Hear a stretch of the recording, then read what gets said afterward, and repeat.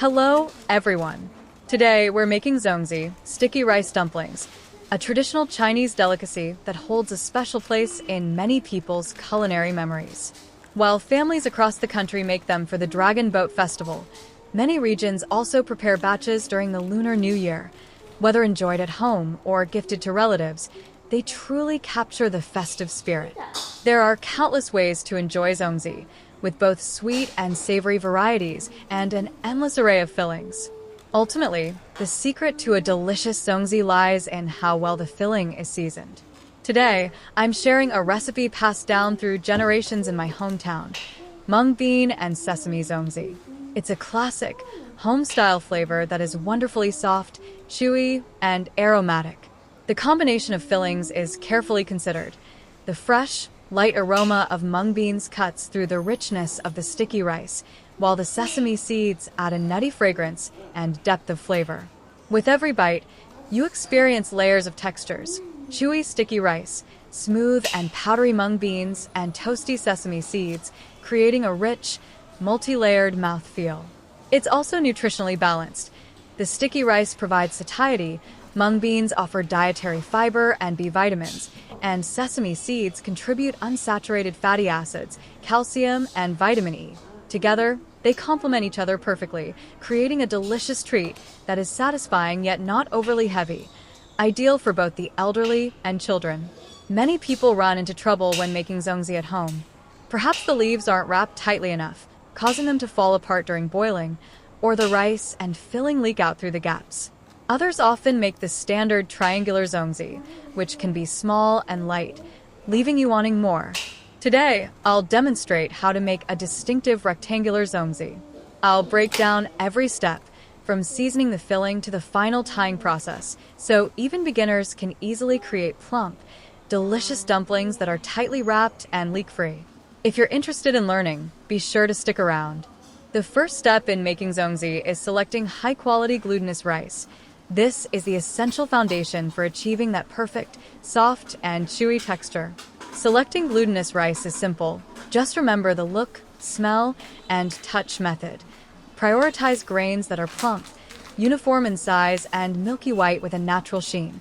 Avoid broken grains, mold spots, or signs of insect damage. When you grab a handful, it should feel dry and loose, not clumping together when released. Finally, a close sniff should reveal a faint, fresh rice aroma. Avoid any with sour or musty odors. For the elongated Zongzi sticky rice dumplings, we are making long-grain glutinous rice is the best choice. Its superior elasticity ensures the dumplings hold their shape well after cooking while remaining soft and chewy. The selected rice needs to be soaked beforehand. If time permits, soaking it in cold water overnight is ideal. If you're short on time, soaking it in warm water for 3 to 4 hours works quickly and effectively. How do you know when it is ready? Simply take a grain and pinch it gently. If it crushes easily and feels soft throughout, it is perfectly soaked. Drain the soaked rice and mix in an appropriate amount of salt to season the grains. This ensures every bite of the dumpling is flavorful rather than bland. Stir while adding the salt and taste as you go. Adjust the amount to suit your preference. With the rice prepared, let's move on to the mung beans for the filling. These also need to be soaked in cold water overnight. Here is how to select high-quality mung beans. Choosing the right beans is key to creating a filling that is rich, fragrant, and has a smooth, creamy texture. Again, the look, smell, and touch method applies here. First, examine the appearance. Look for plump, uniform beans with a natural emerald green color and a glossy skin. Avoid beans with insect holes, mold spots, or shriveled, broken pieces. The batch should be clean and free of debris. Next, smell them closely. Fresh, high-quality mung beans have a subtle, pleasant bean aroma without any musty or sour off notes. Finally, touch them. They should feel dry and firm. A handful should fall apart easily without clumping. Beans with these qualities are fresh and will yield a smooth, creamy texture when cooked. Simply soak the selected mung beans in cold water overnight. This allows them to fully absorb moisture, swell, and soften, making the subsequent hulling process much easier. Here is a key tip for improving the texture. Removing most of the hulls results in a softer, creamier, and smoother filling for the Zongzi sticky rice dumplings. Without the rough texture of the hulls, the beans blend better with the glutinous rice, offering a delicate, nutty, and sandy mouthfeel, a little secret behind the deliciousness of Zongzi from my hometown. There are 2 simple ways to remove the hulls. For small batches, you can simply rub the beans gently with your hands or press the hulls off with your fingertips. Since the beans have soaked overnight, the hulls come off easily.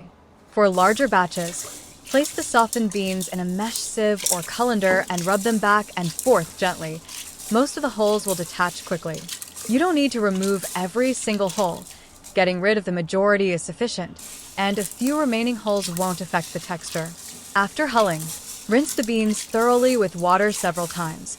The loose hulls will float to the surface, allowing you to simply pour them off. Once clean, drain the beans completely and transfer them to a clean bowl. Just as with the glutinous rice, add an appropriate amount of salt and mix thoroughly so that every bean is evenly seasoned. You can taste the mixture as you go and adjust the saltiness to your preference. If it's too bland, simply add a little more salt. Once seasoned, set the beans aside until you are ready to use them. With the filling ready, let's prepare the Zongzi leaves. Whether they are freshly picked or dried, the leaves must be boiled in a pot and thoroughly cleaned before use. The process is simple. First, give the leaves a quick rinse to remove surface dust. Then place them in a pot with cold water and bring to a boil. Cook them until the leaves have softened completely. Boiling the Zongzi leaves significantly increases their pliability, making them less likely to split or crack during folding and wrapping. This makes the wrapping process smoother and prevents rice from leaking out during cooking, while also better releasing the leaves' natural, fresh aroma. In contrast, if used without boiling, the leaves remain dry and brittle, cracking at the slightest bend, making it virtually impossible to wrap the Zongzi successfully. Once boiled, simply rinse the leaves individually and let them drain before you begin wrapping. Next, let's prepare the meat filling. Ideally, choose a cut of pork shoulder, foreleg, with a good balance of fat and lean meat, freshly cut at the market, or use pork belly with distinct layers of fat and lean. There is a specific reason for choosing meat with this fat-to-lean ratio. No extra oil is added when wrapping Zongzi. During the long simmering process, the fat slowly renders out and permeates the glutinous rice, resulting in a smooth, rich texture and a delightful, natural aroma of pork fat. If you were to use only lean meat, the rice would lack that infusion of fat, making the filling taste dry, bland, and unappealing. Simply rinse the selected pork under running water, drain it well, and set it aside until you are ready to assemble the Zongzi. Now, let's process the meat filling. Cut the meat into strips. This makes it easier to position in the center of the Zongzi during wrapping. When cutting, aim for a balanced mix of fat and lean meat in each strip. Avoid having some strips that are entirely fat and others entirely lean, as this would lead to an uneven texture. Be careful not to cut the pieces too small. Overly fragmented meat is difficult to arrange during wrapping and fails to provide a satisfying meaty texture. Strips roughly the thickness of a thumb are ideal. The cutting process is straightforward. First, slice the pork into slabs of uniform thickness, then cut those slabs lengthwise into strips. You can determine the length based on the natural distribution of fat and lean meat. There is no need to cut them too short, as longer strips fit perfectly into the elongated shape of the Zongzi. Place all the sliced meat strips into a clean bowl, add an appropriate amount of salt, and mix thoroughly by hand. Ensure the salt coats every surface of the meat strips to establish a base flavor. Let the mixture rest, ideally for about half an hour, to allow the salt to penetrate the meat fibers. This ensures the meat is flavorful throughout, rather than just salty on the surface. Once the base seasoning has set, drizzle an appropriate amount of soy sauce into the bowl. Soy sauce is the soul of the filling seasoning.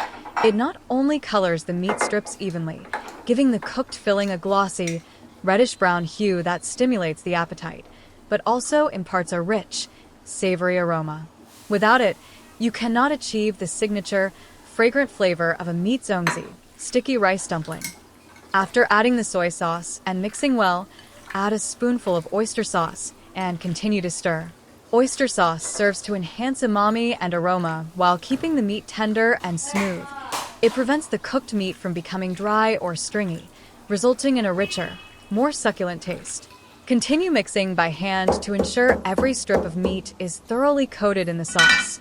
Next, prepare a few cloves of garlic. Crush them with the flat of a knife. Give them a rough chop and add them to the meat mixture. Marinating the meat with garlic offers several benefits. First, garlic effectively eliminates the natural gamey odor of the pork, ensuring the filling tastes fresh.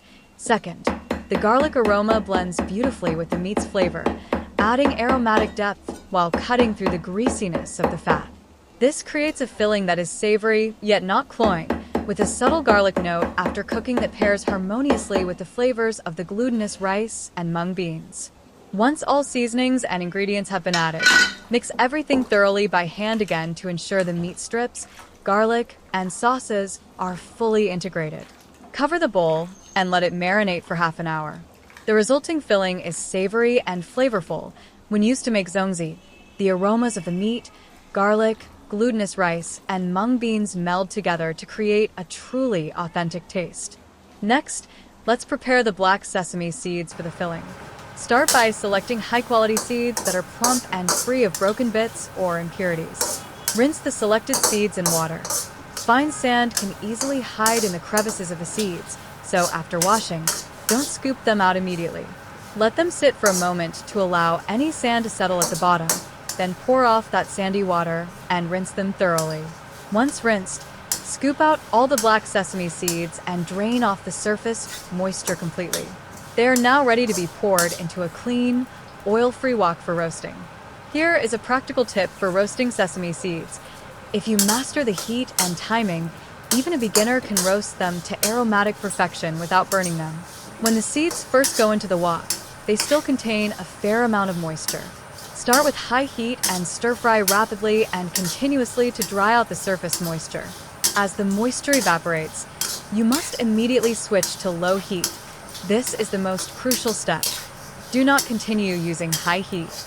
Once dried, the seeds conduct heat very quickly. Even slightly excessive heat can easily scorch them and make them bitter, ruining the aroma of the entire batch. You can also gauge the moisture level by observing how the seeds interact with your spatula. Wet seeds will stick to the spatula, but as the moisture evaporates, they become smooth and loose, no longer clinging to the utensil. At this stage, increase your stirring speed and keep moving constantly to ensure every seed heats evenly. Continue stir-frying over low heat until you hear a faint crackling or popping sound. This indicates the seeds are fully roasted and their aroma has been released. Turn off the heat immediately, give them a few more tosses using the residual heat, and then remove them from the wok. Do not keep roasting or they will burn, losing their aroma and turning bitter. Once cooled, the roasted black sesame seeds will have a richer fragrance and a crispier texture. When wrapped into Zongzi Sticky Rice Dumplings, every bite will be infused with a deep, nutty sesame aroma. Scoop out all the roasted black sesame seeds and set them aside on a clean plate. At this stage, they are crisp and exude a rich, toasted aroma that is incredibly tempting. Next, we need to crush the sesame seeds. Grinding them ensures the aroma is fully released and blends perfectly with the flavors of the glutinous rice and mung beans. At home, I use a traditional small stone mill. I simply spoon a small amount of seeds into the mill and use a stone mallet to pound them for a few minutes. It's a very convenient process. While using a manual stone mill does require some physical effort, it offers an irreplaceable advantage. It preserves the sesame seeds' natural aroma intact. Unlike high-speed electric machines, where the heat generated by friction can dissipate the aromatic compounds, the stone mill's slow, low-temperature grinding method locks in the seeds' deep, nutty fragrance. The resulting crushed sesame has a richer aroma and a texture that evokes a nostalgic, traditional flavor. If you don't have a stone mill at home, don't worry. An electric grinder works just fine. It gets the job done quickly and effortlessly, making it ideal when you're short on time or preparing a large batch. Whenever I grind sesame seeds this way, the rich, nutty aroma fills the entire house. It's truly mouth-watering. I set the crushed sesame aside to add when wrapping the zongzi. It instantly elevates the fragrance. With all the fillings ready, we can now begin wrapping these distinctive rectangular zongzi. The first step is laying out the bamboo leaves. I usually arrange 4 or 5 leaves at each end of the dumpling, overlapping them neatly to completely seal any gaps between them. This prevents rice from leaking out during the filling process. If rice were to spill out during boiling, the dumpling would fall apart and lose its flavor. Once the zongzi leaves are laid out flat, spread a layer of glutinous rice, pre-seasoned with a base flavor, and use a spoon to ensure the thickness is even and smooth. Next, spoon on some ground sesame and spread it evenly over the rice, followed by strips of pork belly. A mix of fat and lean meat is crucial here to ensure the cooked zongzi is fragrant and tender rather than dry. Then, add a spoonful of whole mung beans. You can adjust the amount to your preference, as adding more creates a richer, creamier texture. After arranging all the fillings, cover them completely with a final layer of glutinous rice, and you are ready to start folding the leaves.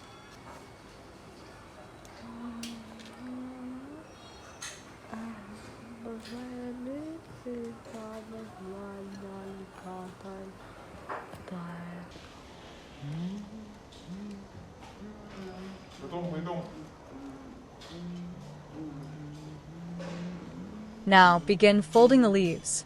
Slowly gather the edges toward the center. Before doing so, slightly spread the rice from the middle toward the ends so it isn't piled up in the center, which could cause it to squeeze out during folding. Fold the leaves from one side inward and pinch the corners tightly with your fingers.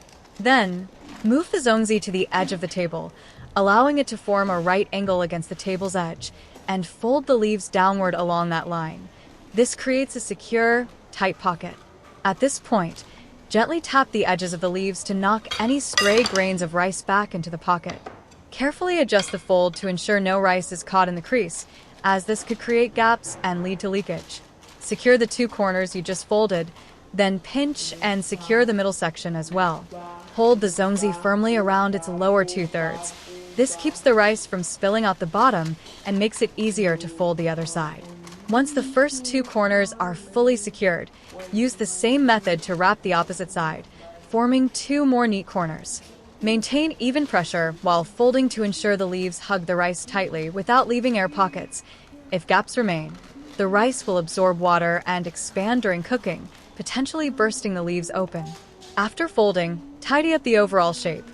Press all 4 sides firmly to form a neat rectangle, and ensure there are no exposed grains of rice or loose areas. Then, you are ready to tie it with string. Next, we'll wrap the zongzi with string to ensure they are nice and firm. Start by taking some cotton twine and wrapping it once around the middle of the zongzi to secure it with a base knot. Then, slowly wind the string toward one end, doubling back to wrap each section twice before moving on to secure the other side in the same manner, essentially wrapping 2 loops of string around every part of the parcel. Hold the zongzi firmly in your hand while wrapping and keep the string taut. This prevents it from falling apart during assembly or bursting open while boiling. Once fully wrapped and knotted, you'll have a beautifully shaped, firm, rectangular zongzi. Place the assembled zongzi directly into a pressure cooker and add enough water to completely submerge them. Bring the water to a boil over high heat, then reduce to low heat and simmer slowly for an hour and a half. This ensures the glutinous rice, meat filling, and mung beans are thoroughly cooked and fully infused with flavor. The zongzi we ate as children were slow-cooked over wood-fired stoves back home, simmered for a full day, resulting in a soft, chewy texture where the aroma of the bamboo leaves and the filling blended perfectly. They were absolutely delicious. This recipe for mung bean and sesame zongzi, passed down through generations, is soft, chewy, aromatic, tasty, and economical. Give it a try at home.